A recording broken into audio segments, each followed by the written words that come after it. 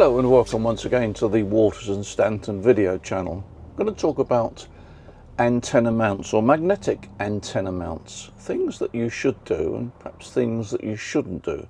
Now, it sounds a pretty mundane subject really, doesn't it? But there are some pitfalls, and I really want to talk about how you should correctly mount an antenna on your vehicle using a mag mount, and things that you should be careful about which can cause problems. Now, a magnetic mount is a pretty simple thing to install. It's a magnet. Of course, it does mean to say that you've got to have a roof that will accept a magnet. So basically you need a steel roof or a steel surface of some sort. One of the advantages of a magnetic mount is that you can mount it, generally speaking, in the centre of the roof of a car, and that gives you a nice sort of ground plane, gives you a nice earth. Or is it an earth? I'm going to come back to that a bit later in this video, but for the moment we'll call that the roof, the earth.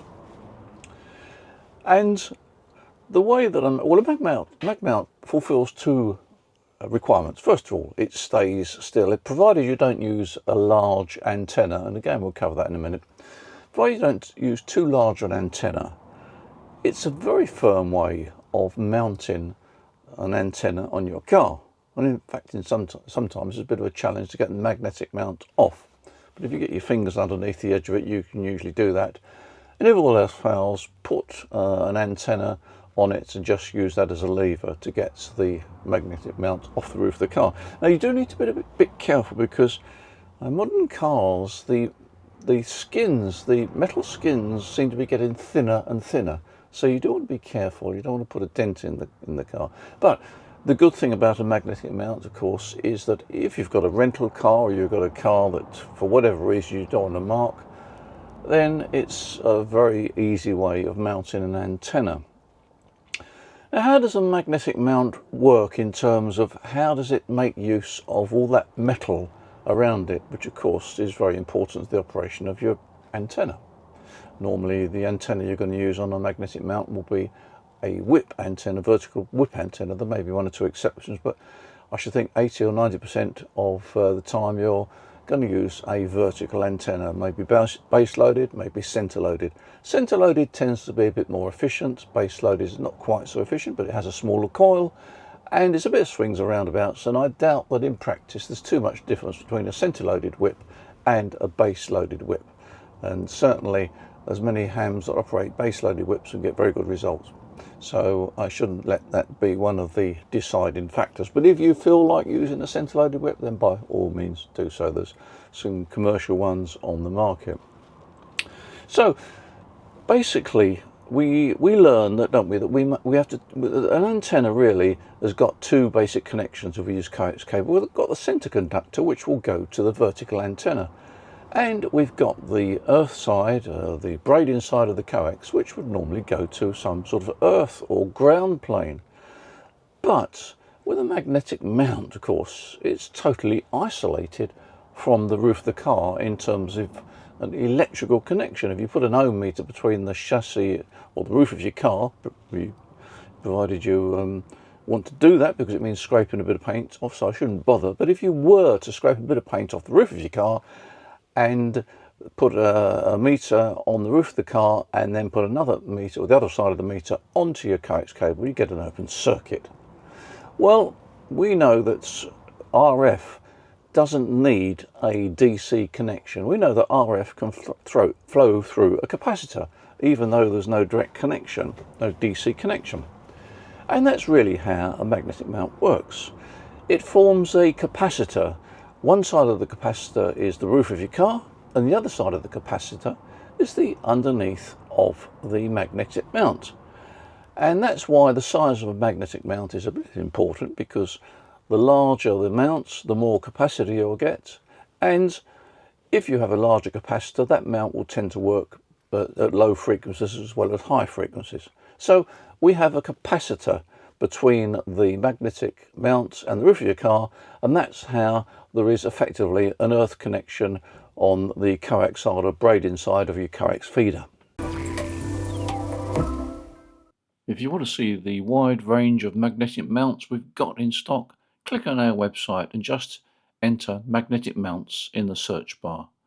There's quite a range to choose from. First of all, let's have a look at the different mag mounts we can use. This is quite a small mag mount, as you can see. That's okay for VHF, UHF, but really and truly it wouldn't be adequate for HF. There's not enough capacity below it, not enough area, surface area. So that's a small one, ideal for a VHF, UHF, but not for HF. Now for HF, one of the ones that I use, favourite one I use, is this one. It's a diamond magnetic mount. It's nicely made, and one of the things I do like about this is that it's got very thin membrane below.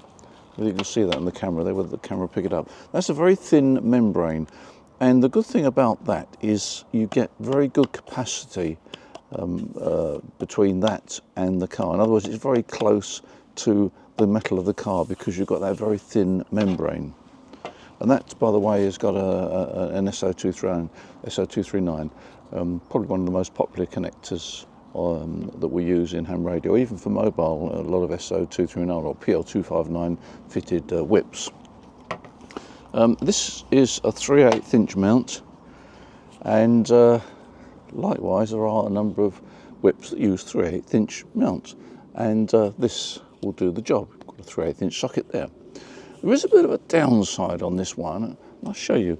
This has got a rubber protection cover here, and this is a bit thicker than the diamond one, and because it's thicker it means to say there's less capacity, so this is not quite as good for HF as the diamond ones. The diamond also do 3/8 inch ones, but I do like the diamond ones. You get very good value capacity, and I find with this mount, believe it or not, this will actually work even on 40 metres, where you would think there wouldn't be enough capacity, but it does work on 40 metres, and that's primarily because of this very thin membrane that they put on the bottom there. Now sometimes we don't get quite enough capacity between the mag mount and the vehicle, and what we can do is we can use something called a MAT50, MAT50, made by Diamond. Basically it's a magnetic strip which has also got a metallic layer, and what you do is you plop this onto the roof of your car, and you've got a nice large washer there which fits nicely over, oh sorry, the table's wobbling here, which fits nicely over a typical magnetic mount, just like that. So you have that magnetic mount on the vehicle, and you have this magnetic MAT50, what we call it really, MAT50.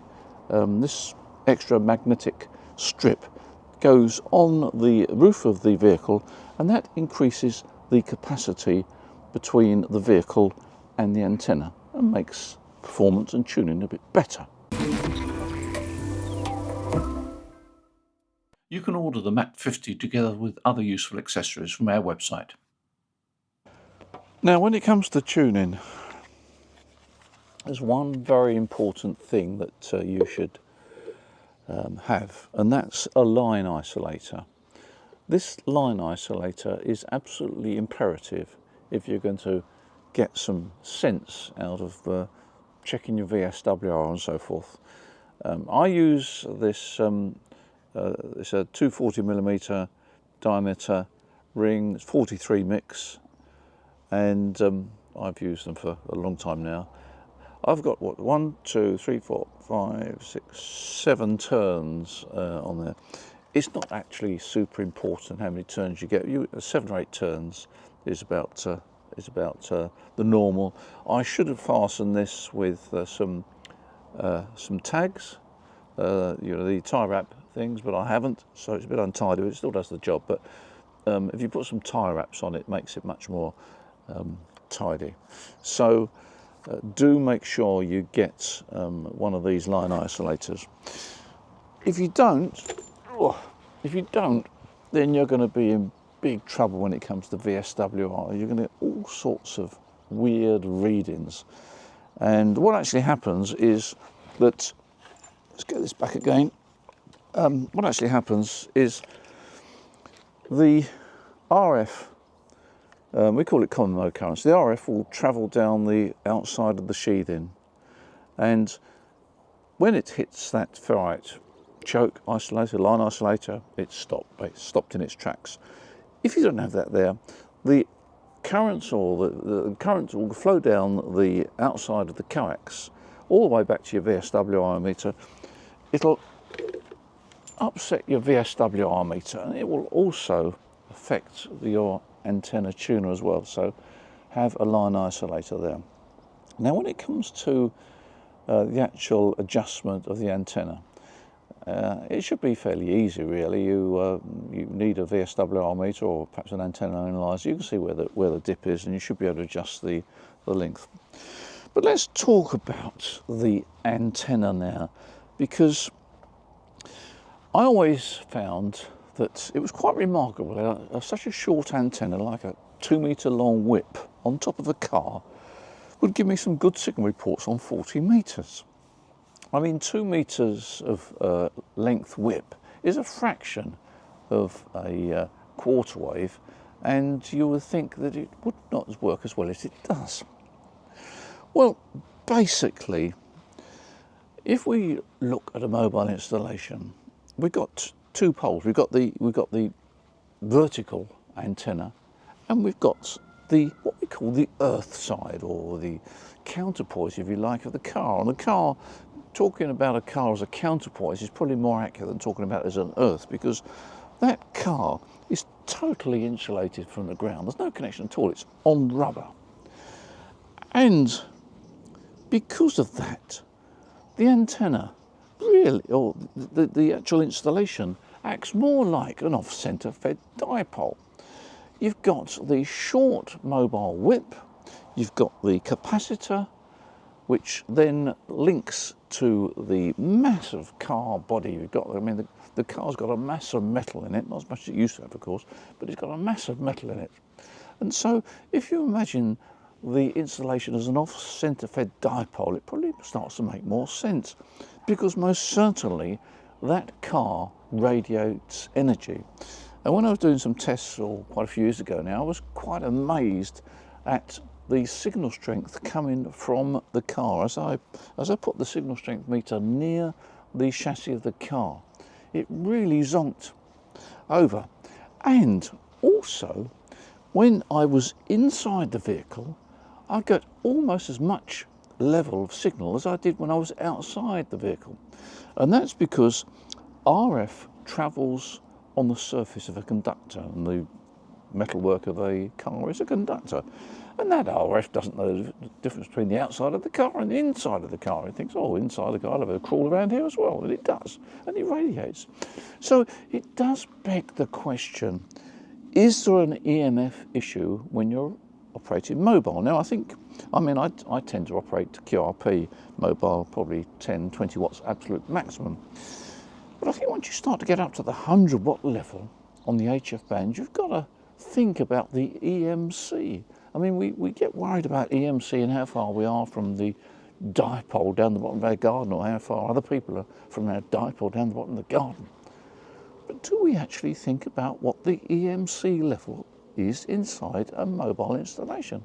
Now, I've got no knowledge at all about health risks in regards to RF radiation, but there has got to be some significant level at which, or beyond which, it's not safe to operate. Now, I don't know, maybe some of you that have got some medical training or got some more information about RF levels, what's safe and what's not safe, etc., then you might have a view on it.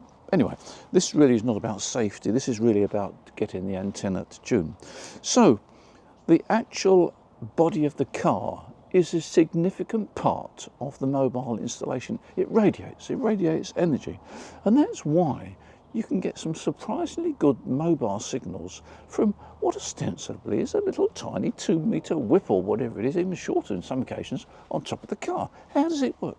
Well, it works because the body of the car radiates as well. And I think a lot of sort of talk about mobile installations forgets the fact that the car body actually does radiate. It's a significant player in radiating energy.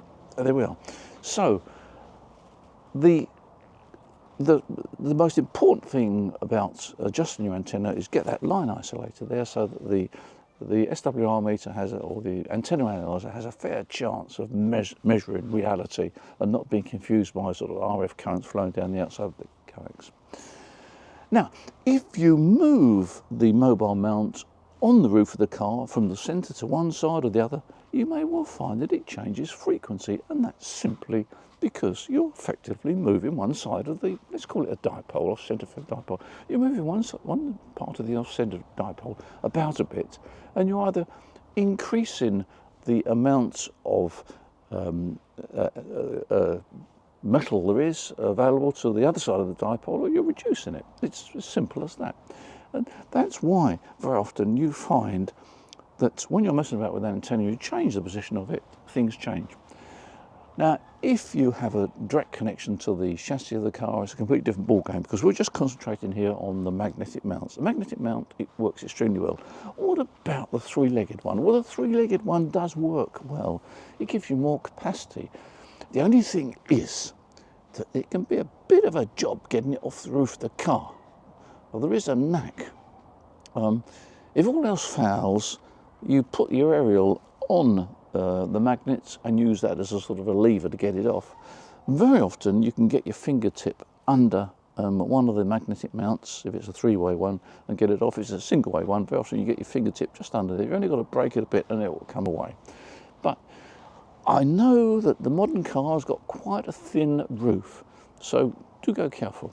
But a magnetic mount is a very efficient way of mounting your mobile antenna. It means to say you won't have any marks on the car. You shouldn't have anyway. So if there's a rental car, or for whatever reason you don't want to make any marks on the car, it's a great way of putting an aerial on the car. Just be aware of the things that can happen, and as I say, provided you have that line isolator there, that should clear up a lot of problems.